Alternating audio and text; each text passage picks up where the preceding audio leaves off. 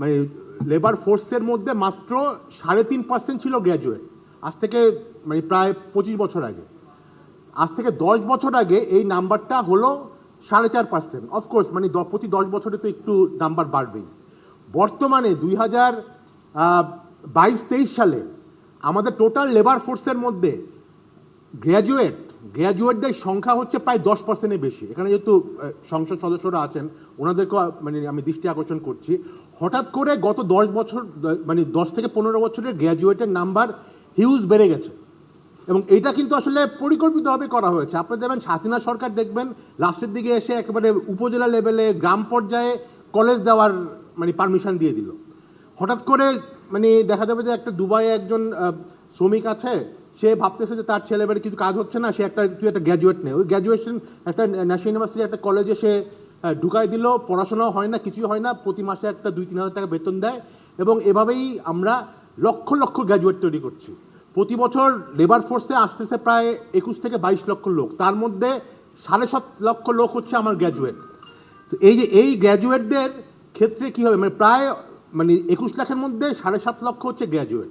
এবং এই গ্র্যাজুয়েটদের মধ্যে 3টা ভাগ আছে। একটা হচ্ছে পাবলিক ইউনিভার্সিটি, 50টার মতো পাবলিক ইউনিভার্সিটি যেটা আমাদের আছে, ঢাকা ইউনিভার্সিটি, খুলনা ইউনিভার্সিটি, জাহাঙ্গীরনগর বা এইসব যারা মানে একটু মোটামুটি রেপুটেড পাবলিক ইউনিভার্সিটি, তাদের থেকে প্রতি বছর বাইর হয় 1 লাখের মতো। প্রাইভেট ইউনিভার্সিটি থেকে বাইর হয় আরও 1 লাখের মতো। আর বাকি 5 লক্ষ এরা বাইরে হচ্ছে সব ন্যাশনাল ইউনিভার্সিটি থেকে। এবং বেকারত্বের হার এই গ্রুপটার মধ্যে সবচেয়ে বেশি। তো আমাদের সলিউশন বাইর করার আগে আসলে আইডেন্টিফাই করতে হবে প্রবলেমটা কোথায়। হ্যাঁ, মানে প্রাইভেট ইউনিভার্সিটির ছেলেপেলেরা মোটামুটি একটা চাকরি কিন্তু হয়ে যায়, কষ্ট করে হয়ে যায়। পাবলিক ইউনিভার্সিটির ছেলেপেলেদের সমস্যা অন্য, তারা আবার সরকারি চাকরি ছাড়া কিছু করে না।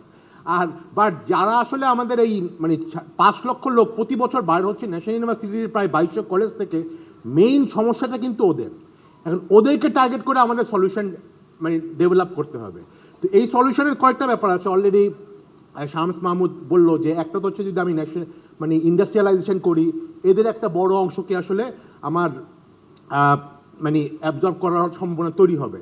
তো আমি আসলে বর্তমানে যে অবস্থা, এনার্জি সিচুয়েশন বলেন, হাই ইন্টারেস্ট রেট 13-14%, এটা নিয়ে মাস্টার রিয়াজ হয়তো বলবেন, এইখানে আমি আগামী 2-3 বছরে খুব বড় ধরনের মানে ইনভেস্টমেন্ট, লোকাল বা ফরেন ইনভেস্টমেন্ট আমি দেখছি না। কারণ আসলেই একটা ওয়ার্ল্ড এটা খুব ডিফিকাল্ট সিচুয়েশনে আছে, এনার্জি প্রাইস বেড়ে যাচ্ছে, আমাদের অনেক ইন্ডাস্ট্রিতে এখন গ্যাস পাওয়া যাচ্ছে না। এই সময় কারাই নতুন করে ইনভেস্ট করবে? এইটা একটা বড় ব্যাপার। বাট আরেকটা ব্যাপার হচ্ছে যে আমরা তাহলে সলিউশনটা আমি কোত্থেকে পাবো। হ্যাঁ, একটা তো হচ্ছে আমাদের তাহলে প্রচুর উদ্যোক্তা তৈরি করতে হবে। সেই জায়গাটাতেও আসলে যে একটু আগে শামসু যেটা বললেন, আমাদের যে রেগুলেটরি সমস্যা, আমাদের ছোট ছোট ব্যবসায়ীদের কিন্তু বড় সমস্যা। বড় কোম্পানির আসলে যে এই রেগুলেটরি সমস্যা বা আইনগত সমস্যা সলভ করার টিম থাকে, ওদের ক্ষমতা থাকে। একটা ছোট ছেলে বা মেয়ে ইউনিভার্সিটি থেকে বা কলেজ থেকে পাশ করছে, সে একটা ব্যবসা করতে চাবে, তার আজকে এই ট্রেড লাইসেন্স, ব্যাংক তাকে কোনো এক্সেস দেবে না, এইটা নিয়ে আসো ওইটা নিয়ে আসো, সে কেমনে ব্যবসা করবে? তো সেই জায়গাটাতে আপনি যদি এখন একটা রাস্তায় ওই মানে ফুটপাতে একটা দোকানও করেন, আপনি কিন্তু এখন দেখা যাচ্ছে যে আমরা কেউই মনে করি না যে আসলে রাস্তা দখল করে ফুটপাত দখল করে ব্যবসাটা করতে হবে। কিন্তু at the end of the day আমাকে তো অপশন দিতে হবে।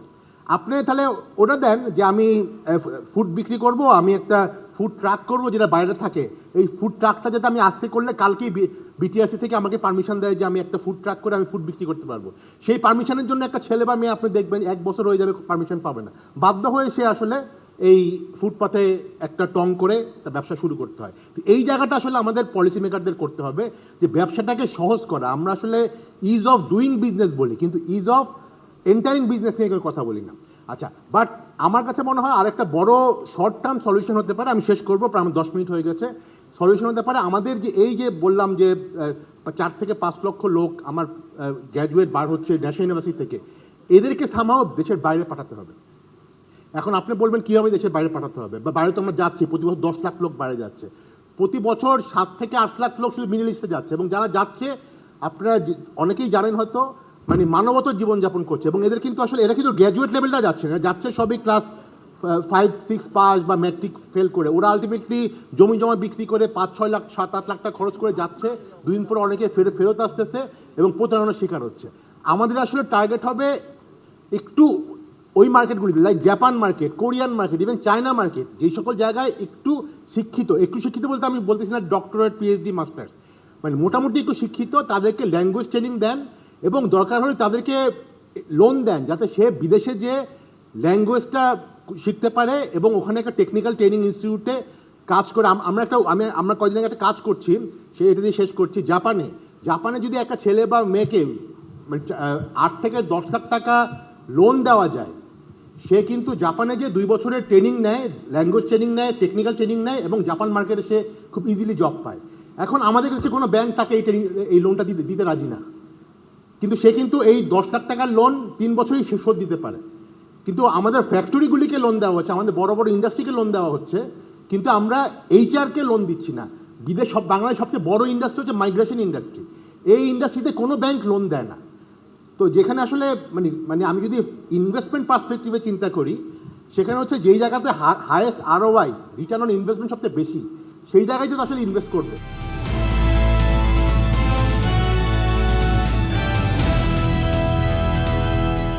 দিনাজপুর টিভি, মানুষের জীবনের কথা বলে।